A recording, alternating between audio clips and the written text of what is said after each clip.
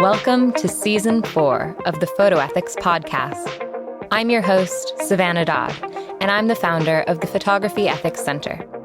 Each week, I'll be talking with an accomplished photographer about the ethics of their practice.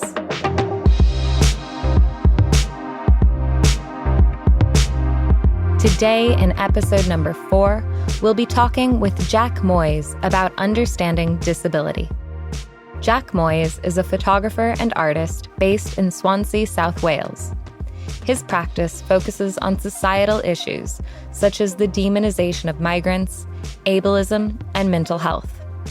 Jack has been invited to speak at a number of colleges, universities, photo festivals, and symposia, including the University of South Wales, University of Wales, Trinity, St. David, Swansea, Carmarthen School of Art, and the Trauma Porn Symposium in Bristol, supported by Bristol Photography Research Group.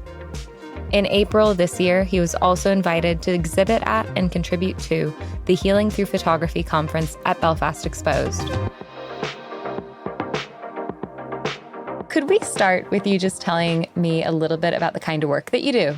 Absolutely. So I work as a photographer, and a lot of what my work relates to and what I'm interested in is sort of social practice, looking at society and trying to sort of figure out how I feel about certain aspects in society. So a lot of my work is, relating to different inequalities that I think people experience in society and concentrating on them. I guess you'd probably say that I'm a documentary photographer. I like to work on projects for a long period of time. I'm not entirely sure I fully fit that moniker, but I think that probably closely resembles my practice. I'd probably say, documentary photographer probably fits best. But there's aspects like I really enjoy performance art, and that's sort of a new aspect that has only sort of become apparent in the last year or so, but is like a cornerstone of the way that I try and make work now. And there's a lot of like different mixed media elements that come in as well. But I guess documentary photography, which has changed a lot since, the days when it was conceived, the sort of notion of what a documentary photographer is. So I feel a little bit more comfortable associating with that modern documentary photographer moniker. Yeah, absolutely. I totally know what you mean. I think it has really opened up into a much more creative space a lot of times as well with documentary photography. Could you talk a little bit more about how you conceive of social practice and what performance art, like what that looks like in photography for you? So I'll tackle it in two parts, I guess. Social practice for me has always been just focusing on elements that I deem, or where I deem there to be inequality with regards to society. And that's been sort of a focus of mine since, I'm hesitant to say since starting photography, but at least since starting to study photography, at least. That was always sort of the cornerstone, if you will, of like what I wanted my work to be about. It's what drew me to sort of study photography in the first place was, the ability to sort of shed light on areas of inequality in the world. And I think for me, that's probably one of photography's greatest powers is the ability to sort of, to provide people who are less, that know less about the subject. You can provide sort of a brilliant insight into that subject or that topic or your subject's lives through the medium of photography. And when I did, so the first project that I did when I was studying my master's was looking at the demonization of migrants by British tabloid press. And in particular, like that was really important to me at the time. And like it's been an ongoing project ever since, and an ongoing problem ever since, this demonization of migrants. And that was something I really cared a lot about. And then from that, it's sort of spread into, looking at other aspects in society that I deem, there to be sort of discrimination or inequality perpetrated against a specific group, often sort of looking at the way that marginalised groups are represented or are seen by wider society. And performance art only really started to become a medium for me last year when I attended a residency and wanted to do a performance as part of the residency. And I'd always been sort of really impressed by performance art and performance artists. Francis Aylis is, incredible performance artist, and is someone that I've looked up to for a long period of time. And really wanted to sort of try and venture into that specific medium. So, I started doing performance art about a year ago, I guess. But there's always been like a performative element to all of the images that I make, because most of them are self-portraits. So there's that sort of performative, element in that, I guess. But yeah, it's been fun, trying to do these new different things and try out different ways of creating work and sort of creating focus on a specific subject matter. Yeah, absolutely. And I think that the idea of self-portraiture is really interesting, because I think a lot of photographers are quite happy to be on one side of the camera and maybe much less comfortable on the other side. Yeah. I mean, that's the main reason that I started photography in the first place. I was like, well, if I've got the camera, then I don't have to be on the other side of the lens having my photograph taken. And it's mad, like loads of photographers have the same experience. They're like, well, it means that I don't have to have my photo taken. Because having your photograph taken can be a really vulnerable experience. And I guess it's really meaningful when photographers, especially photographers, put themselves in that position and take really vulnerable self-portraits. So I was wondering if you wanted to talk a little bit about that project, and also the ethics of that project, and how you work through that for yourself, and what you're comfortable sharing, what you aren't comfortable sharing, and how you negotiate that. Definitely. So the project that I am referring to, and I think you're referring to as well, is a project called What It's Like Being Me. And I started this project, I think around 3.5 years ago now. And it's a project that relates to living with a disability. So I was diagnosed with FSHD, which is a form of muscular dystrophy, when I was 17, back in 2013. And I didn't really want to even acknowledge the diagnosis or the disability for the first sort of 8 years, or the following 8 years after being diagnosed. I kind of just buried my head in the sand. I always refer to my response as being ostrich-like, in the sense that I didn't want to sort of deal with any of the questions or the feelings that I had. So instead of trying to talk about them, I just buried my head in the sand and refused to even sort of acknowledge that I was feeling certain ways, or that I had these sort of questions that needed answering. And that carried on for 8 years, during which time my mental and physical health took a bit of mental more surprisingly than physical, because the physical health was always going to decline because of the nature of a muscular dystrophy. But the mental health was declining more rapidly than the physical health, which I probably, looking back, I shouldn't have been surprised about. But at the time, I remember being really surprised by it. And it got to a point where I was growing increasingly concerned about the consequences of, not dealing with this diagnosis and not being able to talk about these sort of very heavy and very sort of difficult questions and feelings that I had that related to the disability. And I think I opened up to a really close friend of mine and had a conversation with her. And she's a psychiatrist or psychologist. And we had a really sort of honest and open conversation about the ways that I was feeling about the disability, about being a disabled person, about living in sort of a world that I was starting to see was sort of very, very ableist. And she recommended to me that maybe I didn't have to, confront these sort of conversations head on in the usual way of talking about them. Potentially, I could use some of the skills that I'd harbored as a photographer to sort of discuss these elements and maybe have these conversations through photography instead. And that was about 3.5 years ago.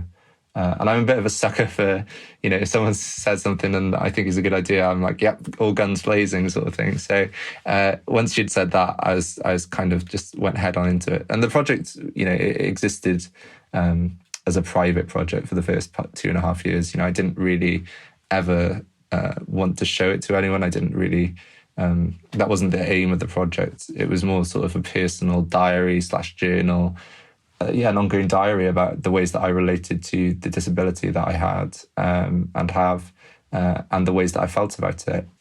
I just started taking self-portraits, really. And at first they were sort of trying to confront the ways that I felt about my body. I had huge issues with regarding to body issue at the time, and was taking photographs and making self-portraits that were exploring sort of that theme, and the disconnection that I felt from a sense of self, or a physical sense of self at least. And that was probably a year I made those type of self-portraits, all within sort of a domestic setting, within the sort of safety of the flat that I was renting at the time. And then, after that year, I think I showed the work to another photographer, and she sort of recommended that I start maybe looking at some of the other aspects of living with disability and looking more widely at the lived disabled experience. And self-portraiture still remains a part of the process ever since, but now it's sort of a more open-ended exploration about what living with a disability is like in the 21st century, I guess. That's really interesting. And it is really poignant work, like really beautiful work and really vulnerable work, and I guess I wonder, I have so many questions. I think the first question is, what is it, do you think, about photography that it was useful for you personally at first in this process? I've been asking myself the same thing. I do quite a lot of sort of, reflection, and reflecting on that sort of questioning, and that line of questioning for sure. I think I was taught quite early on in my master's about the sort of indexical nature of photography. The notion that if something's photographed, then it must have happened, or it must be like that. And that, it's not true at all. It's not true in the slightest. But there was a notion for me that sort of indexical nature of photography could be really sort of cathartic to a certain degree, because if I photograph something, then it must be like that. So I managed to get that into my head, and started making these self-portraits, which really allowed me to sort of take a step back and assess the way that I looked, the way that my body sort of performed, the sort of the peculiarities to a certain degree, I'm doing quote unquote, that the oddities that came from having lived with this sort of muscular dystrophy for 8 years at that point. And I think that was really useful, like that process of, this is a photograph, so that must be how other people see me as well. And that was really useful for sort of, just confronting the aspect of image and self-image that I'd built up in my own head. That sort of indexical approach to image making really sort of benefited that, I think. And then, it's obviously changed, and my perspective's changed a little bit, because, you're still posing yourself in a certain way. You're still sort of photographing from a certain angle. So I think that at the start, that was really useful for sure.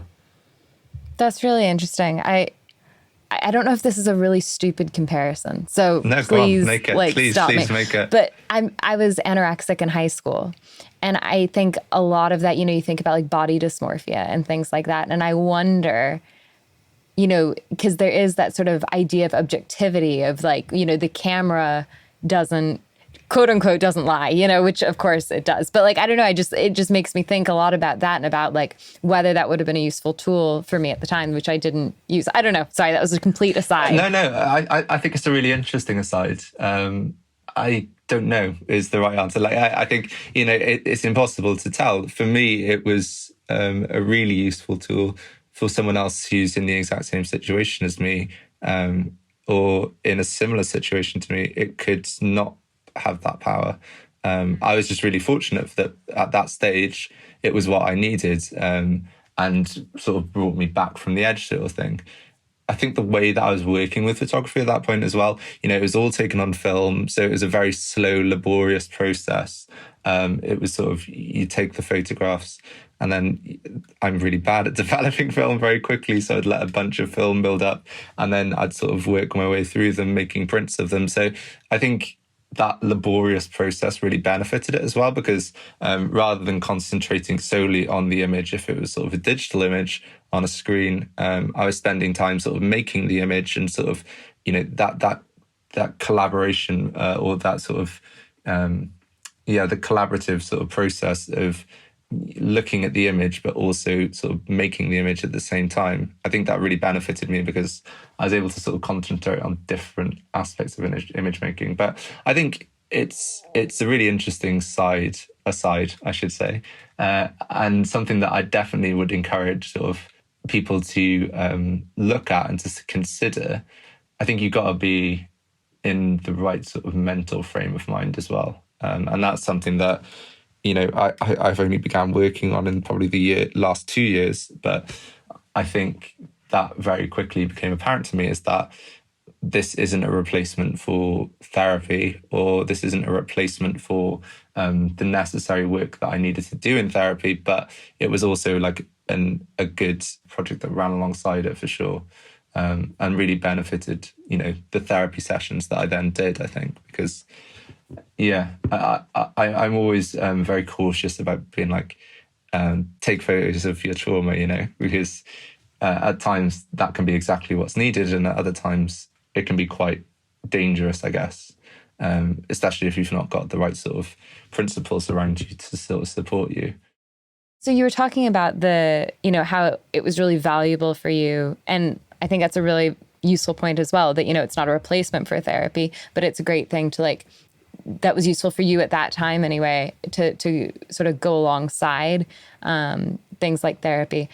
What about the process of deciding to share it? Because I can imagine that's a completely different thought process and emotional process than just doing the work. Yeah. I still struggle with that aspect to a certain degree. It's taken me ages to build up to the point where I shared images in relation to that project and in relation to my disability. Even the sort of notion of identifying myself as a disabled person, that took me years and years and years. I don't think I was comfortable with that up until maybe like 2 years ago, the fact that I was a disabled person. And there's loads of different, that I could talk all day about the sort of inherent ableist traits that society has demanded of me, and why that, made me really scared to admit that I was a disabled person, the way that society views disabled people as lessers, or, that there's something wrong with that person. That was all part of the process, but sharing the images was also really difficult. I found it quite difficult to sort of, to share those elements with people who I know might be, especially those closest to me, they might be sort of affected themselves emotionally from seeing me talk about the ways that I felt and sort of some of the more serious elements of the work. I knew that might be, and I think that held me back, I should say. But I think what changed for me was when I eventually started sharing elements of the project and seeing the sort of conversations that it was causing between people who were very close to me and who I didn't necessarily imagine would want to have these types of conversations. I think that changed a lot. And the more I've shared it and the more conversations I've had from outside of my sort of small, tight-knit circle, the sort of more conversations I have with the sort of wider photographic community, or just with communities in general, with the disabled community, I've been really sort of blown away by the conversations that it causes. And for me, that kind of justifies in a certain way the slight discomfort I might feel when sharing the work. And I guess, the choice to photograph myself, that was probably sort of, I was thinking quite a lot before coming on this podcast about, what are the actual ethics of the project? What are the ethics that I put in place and that I'm continually sort of adjusting? And to a certain extent, there's not many ethics because it's an introspective project. So it's working with myself. But then I guess there's ethics with regards to how you put yourself in those sort of vulnerable situations as well.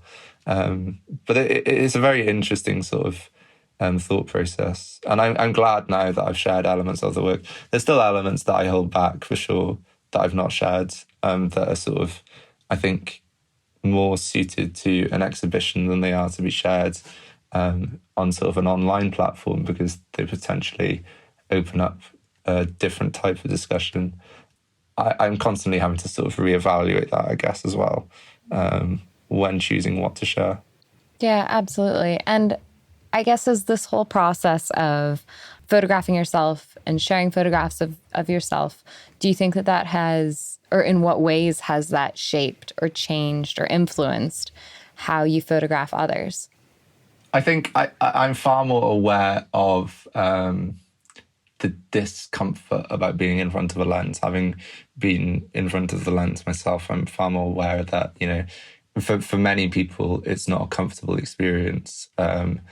And so I think that approach just definitely shifted slightly in the way that I photograph others. It's a lot more sort of, I very rarely will sort of pick up a camera within the first half an hour of a shoot.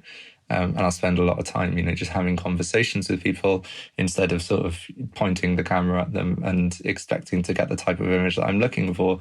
It's far more of a collaborative process, I think, knowing, the discomfort that can be caused from having a camera pointed in your face. I don't do a lot of photographing others. I should, include that caveat. And I think that there's still sort of a reluctance on my part to sort of photograph outside of myself. And I guess that comes from a point of, not wanting to put vulnerable people in front of the lens. I've got sort of a real strong feeling about like the process of othering, and not wanting to necessarily portray my subject as the other, which is quite, something you could argue that I'm othering myself to a certain degree. But I think I read Sontag too early in my life and was like, oh my God, can't do that, which is always the undoing of everyone, I guess. But no, there's definitely an element of, it being a more collaborative process when photographing others rather than sort of an exploitative process, for sure. Yeah. So you mentioned that you studied photography. Is that correct? Yeah. And is that sort of was that sort of the key environment that you sort of developed your, you said you have really strong feelings about, ideas of othering or ideas of, just representation in general. Is that sort of where you cultivated that, or what were other sort of experiences or resources that have sort of led you to where you are now? Yeah, I studied photography, but I studied design at undergrad level, even though photography had been sort of the overriding element in my life since sort of the age of 17. I was actually bought a camera while recovering from an operation on my back due to the sort of muscular dystrophy I live with. But then went to university and decided that I was going to study design, and spent hardly any time actually studying design whatsoever. I think the majority of my time was spent down beaches taking photographs of surfers for the sort of duration of the 3 years that I was meant to be, studying. Although somehow I miraculously emerged with a degree, which is great. And yeah, I think during that time, those 3 years, I really realized that actually what I wanted to do and what my interest was and what my sort of passion was photography and not design. And a lot of the sort of projects that I was making related to photography. So there are these sort of subtle hints that maybe I should be going in that direction. And I was really fortunate that I studied down in Plymouth, and I got onto the master's course in the Plymouth College of Art. Miraculously, considering a lot of the images, there wasn't much aesthetic beyond the aesthetic in the portfolio that I submitted, and that was a great course. Like, it was very cross-disciplinary. There was you'd go in one day and you'd be listening to a fine art lecturer deliver a lecture, and then the next day you'd go in and sort of have photography lecturers talking to you. It was sort of a very cross-disciplinary, multidisciplinary approach to a master's program, which I loved, because you could go and sort of spend the afternoon in the pottery workshops, or you could spend it in the darkroom, and that was great. And I guess a lot of the reading that I was doing at that time kind of formed. I had a really good, the head of the master's program was a guy called Dr. Kim Chanley, and he was really good at sort of pointing you or guiding you in certain directions towards these sort of very well-established sort of theorists and art theorists. And so that was sort of part and parcel for me of the master's program, was not only getting this fantastic education with regards to photography and photographers, but also this brilliant sort of insight into the more sort of theoretical worlds behind art, and not just necessarily focusing on photography as well, which was really great. And I think the majority of the time that I was there, I was constantly like just not demanding, but asking for more suggestions, and like just generally trying to make the most of the opportunity of being in an art-based course rather than a design-based course.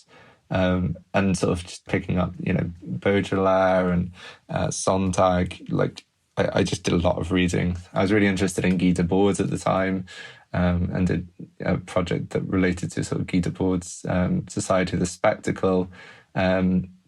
So yeah, like loads of different influences, and that's kind of continued. I'm really interested in sort of art theory and the sort of more philosophical nature of that sort of is behind art, I guess. In what ways do you think having a background in design, do you think that has shaped your approach to photography? To a certain extent, I think I've got like, it really benefits the cross-disciplinary approach, or like the multimedia approach. I've got sort of a good understanding of how I want to display things, and I think that can be sort of linked to design. And it's also design's quite methodical. It can be sort of very arty, but it can also be quite methodical, and the way that you sort of prepare for producing something is always, it's very planned out. And I like to think that I've still got that ability to sort of plan quite well, and to sort of monitor time in the way that designers do. But yeah, I do feel at times that like I'm a little bit behind other photographers, especially sort of at my age, because I missed out on those 3 formative years that everyone was doing at BA level. So there's pros and cons for sure. But yeah, I really enjoyed that sort of doing both.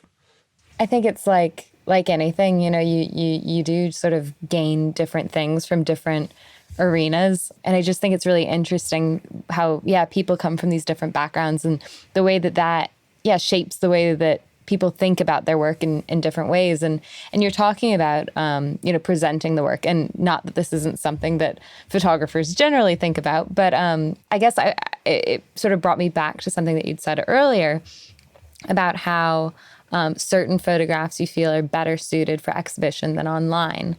And I feel like there's definitely like an ethical dimension to that sort of decision making. But I was wondering if you could maybe elaborate that a little bit about like, what is it about online versus an exhibition that makes something better suited, to that environment?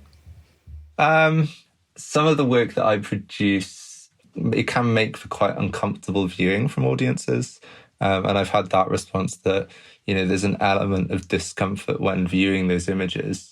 And to a certain degree, that's a design trait. I want people to feel uncomfortable when looking at the images because discomfort is a large part of my existence as someone that lives with a disability, be it physical discomfort, from the pain that I endure on a daily basis, or mental discomfort.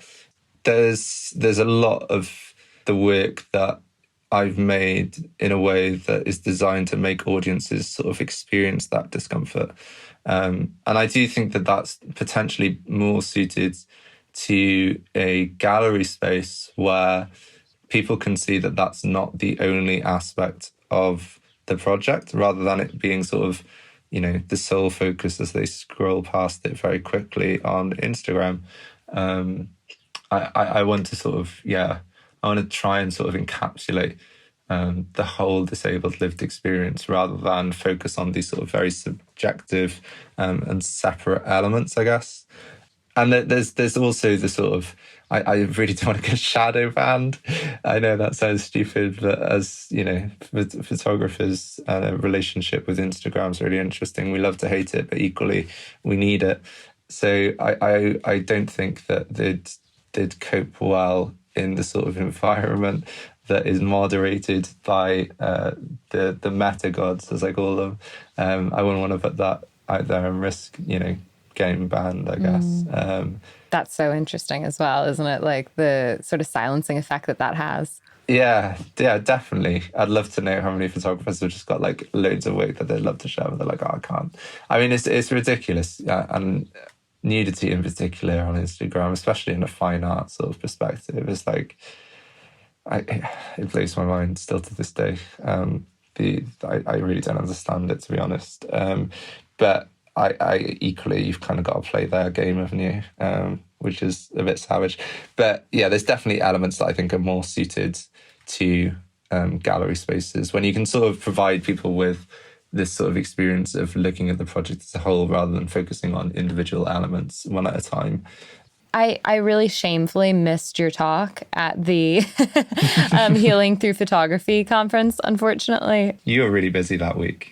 I was a bit busy, but I really wish I'd been able to be there to hear your talk. But did you talk a little bit about sort of representation of ableism and disability in general?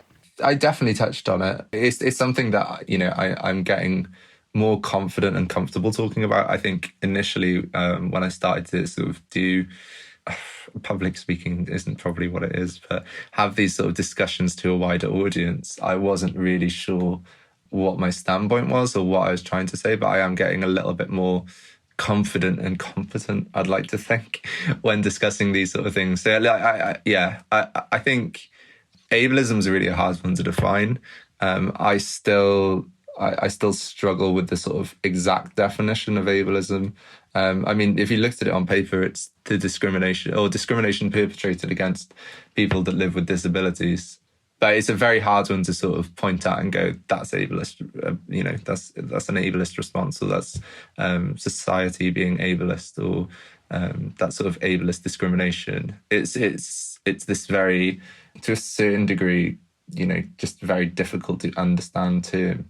I'm still sort of building up my own understanding of it. But I do think that there's, society for me does feel incredibly ableist. The way that it's geared towards able-bodied people, and it's designed around the sort of able-bodied experience rather than considering anyone that falls outside of that sort of realm, in particular people living with disabilities. And I think the more disabled I become with regards to, the more my condition progresses, the more I start to notice these sort of ableist aspects of society, I guess. And I think that's something that I'm becoming a little bit more aware of and more confident talking about, and just having conversations with other people that live with disabilities or who have disabilities.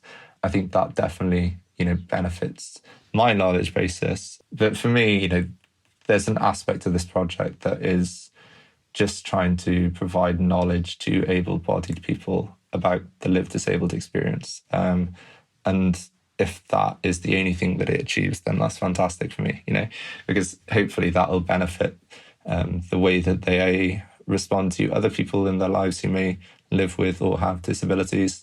And that's the sort of the driving force, so to speak, behind it, is that if I can change even a small portion of people's views about disabled people, then for me, that's a successful project, I guess. Well, it's really interesting. And I feel like ableism it's very insidious, isn't it? It's quite enmeshed in a lot of things. So I can understand what you're saying about it being very hard to define and probably to unpick within ourselves as well. Yeah, definitely. I mean, there's still, there's still elements within my own personality and within myself that I'd probably consider quite ableist. And I live with a disability, which is ridiculous. But I think when you're brought up in a society that is that way inclined, then it's quite hard to sort of distinguish between what is an ableist response and what isn't, and I'm still having to do that work. I've been living with a disability for like 10 years now, and I'm still having to do that work. I never bemoan people who, have these sort of innate ableist tendencies or innate ableist attitudes, because that's the society that we've been brought up in. It was perfectly acceptable to use disabled slurs when I was in school, which is only like 10 years ago. You still hear them used really frequently when you're just walking down any sort of street in the UK. So I think having a conversation and trying to sort of progress the innate ableism or the innate ableist traits that society still holds. It's going to be a slow process, but I think at least we're having these types of conversations now. And the sort of wider awareness about what ableism is, that I think is improving slowly. How do you think that ableism manifests in like the photography industry? I can't really ever remember seeing a photography project that, for me, accurately or honestly depicted disability, especially not before the turn of this century, potentially. I think disabled people in photography have often been portrayed as the other, and that aspect is, rang true for almost a century before this one. So the reason, or one of the main reasons that I started doing this project was because I picked up Sian Davies' book, Looking for Alice. I don't know if you're aware of that body of work, but it's an incredibly, incredibly beautiful body of work. So Sian is an English photographer who works from the Southwest, and she went to Plymouth and studied for a master's in Plymouth. And while she was studying, she made this body of work called Looking for Alice. And it's in relation to her relationship with her daughter, who is called Alice and lives with Down syndrome. And Sian, talks about the way that she felt about Alice, the relationship that they had when Alice was first born, the sort of lack of love to a certain degree that Sian felt for Alice because she was born with a disability. And it's this very sort of no-frills look at a relationship between a mother and a daughter, and a relationship between an able-bodied person and a disabled person. And it's this beautiful story about love and about acceptance. And I remember the first time I saw that and thought, that's amazing. That's the first accurate and honest portrayal of someone living with a disability that I'd potentially ever seen, in a photography project at least. But outside of that, I can't ever remember seeing any projects that really talked about disability as a whole, or that concentrated on the full sort of lived disabled experience. And I think that is a sort of, a photography-wide problem, I should say, that we're happy to portray people in a certain way if it suits the photographer, but, to work longer term with these people and these sort of groups of people, often marginalised groups of people, there's a sort of reluctance to do it in a way that shows affection and kindness and portrays them as sort of real people that they are. And in terms of the performance art angle to a lot of your practice, in what ways, I know you said earlier that, so much of self-portraiture is performance, but I'm wondering, I guess, are there other ways in which you've used performance art in this project? More so. I think performance art and the performative element is something that I'm really sort of interested in and interested on pushing. And for the most part, because it takes place outside of a sphere that I'm in control of, a lot of the performance that I want to do and have done is just on the street. And you get a whole different cross-section of people that are able to look at that don't follow you on Instagram or aren't attending art galleries. And I think that's really interesting because for me, it's providing an insight for a wider cross-section of society than otherwise I'd be able to access. And, I've been considering the term accessibility for a long time. And especially when regarding sort of the disabled experience, there's a number of different notions which we could talk about with regards to accessibility. But for me, the interesting element of doing these performances is that it's accessible for a wider range of people, and a range of people who would not otherwise come into contact with your work. And I got, the first performance piece I did was in Arles, and it was really simple. I just stood on the street with "I'm Jack, I'm disabled, how does that make you feel?" written on my chest in French, and just asked passers-by for their sort of feedback to my physical form. And it was really amazing because I think if I'd have done that project in an art gallery, I'd have got very sort of hyper-positive, very liberal responses. But because I did it on the street, I got this real cross-section of responses. And for me, that's the sort of beauty of doing performance art, I guess, is that I'm able to talk to this wide range of individuals and get their responses on the types of questions that I'm trying to have, and hopefully, cause them to feel slightly different about the way that they feel about disability. So it's definitely like something that I'm trying to develop more and more, trying to develop sort of more ideas with regards to, how can I use performance art more competently, and to develop these types of learning opportunities for people that are outside of the sort of quite liberal art scene, if you will. But yeah, that's been an ongoing thing for sure. That's so interesting. And I really think that all art that sort of happens outside of galleries is really important. I mean, all art that happens inside of galleries is also important, but I think there's something really interesting about sort of when you go outside those walls and get an audience with people who wouldn't maybe find themselves in those spaces. So yeah, definitely. So you, to a certain degree, you're preaching to the converted in galleries, right? Because like those people, are already going to be quite liberal people. So those aren't the opinions necessarily that you need to change. You can do, for me, the more important work. I say the more important work. I love showing work in galleries, but for me, the sort of wider reaching work, should we say then, is the work that's done outside of that space, and the work that you do in sort of the more public sphere. Yeah, but I'm sure that's also more challenging sometimes. Yeah, I mean, you open yourself up to a different type of, you've got to be very sure, I think, about the type of work you're creating when you're in a public sphere, that potentially you can be sort of more risky when you're in a gallery space. There's sort of safeguarding, like that. That's where sort of more ethics come into my work, I think, when I'm like, okay, I'm in wider public, and there's no telling what the response might be. But I definitely think it's constantly like a balancing act for sure, and just balancing up what are the benefits going to be versus what are the potential negatives. That's like something that I'm always thinking about. But touch wood, I like to think that I've balanced them so far. And how do you sort of protect yourself in those types of performances? Well, I think because of the nature of the performance and it being recorded, I think the camera is quite sort of a nice sort of protective element for sure.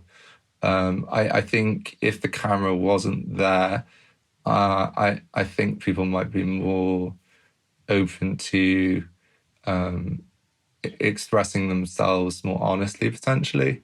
But because the camera's there, I think they at times are reluctant to express themselves in the way that they might if the camera wasn't on. And it's a really interesting point, like, should performances be recorded? And for me, there's an element that I'd get more honest results from not recording them, but for a safeguarding point of view, I'm always glad that the camera's there and on, for sure. No, that's interesting. And then maybe this is too personal of a question, so no, feel free not to answer it. But there's no holds barred. Do you meet with a therapist to sort of check in after doing performances like that? I meet with a therapist all the time. Okay. I love therapy so much. I do too. I'm a big proponent. It's so good, isn't it? Like, it's gorgeous experience. I'd encourage anyone that is thinking about it to go through with it, because it's such a sort of cathartic. The work done is so cathartic for sure. But yeah, I talk with a therapist on a weekly basis, and there's definitely sort of a necessity after sort of certain projects like that. But a lot of what I feel after it is just like pure adrenaline, really. It takes a while for what I actually feel about the project to sink in, because I'm just like buzzing from having done a performance in the street. And yeah, there's definitely sort of a necessity to support yourself in situations where you're sort of putting yourself in quite vulnerable situations. And then the final question that I like to ask everybody is, what does photography ethics mean to you? For me, it's something that is gone to the point now where it's just mandatory, to consider the ethics behind the types of images that you're making, to consider, the ethical effects that might be had on your subjects, to consider, what might happen to these subjects after the camera is no longer pointed at them. I think I listened to a photo ethics podcast with Jo Coates, and she really succinctly put, you need to have sort of foresight and aftersight with regards to an ethical approach to photo making. You need to consider the subject matter, who you're taking photos of, what they may have experienced. You need to consider what the effects of making the project are, and you need to consider, what will happen to them after the photo project's been made and been published. And for me, that really sort of summarized the way that I feel about it as well, is that it's so valuable and should be ingrained at every level of the image making process. And I think I'm, to a certain degree, could say quite fortunate. That I'm quite fortunate in the regard that I only have to have those conversations with myself, especially in this project. Whereas, a lot of photographers need to be having these conversations with, a wider audience and with all of their subjects. But yeah, I think it's so important. And just that going into any project, you need to consider what the ethics are, especially when working with others, for sure. Thank you very much for listening to this episode of the Photo Ethics Podcast. The aim of this podcast is to share new insights about photography ethics with others. So if you heard something you liked, please share this podcast with someone who would appreciate it. You can also rate and review us on Spotify or Apple Podcasts. Join me next week when we hear from Daniel Reagan on self-care.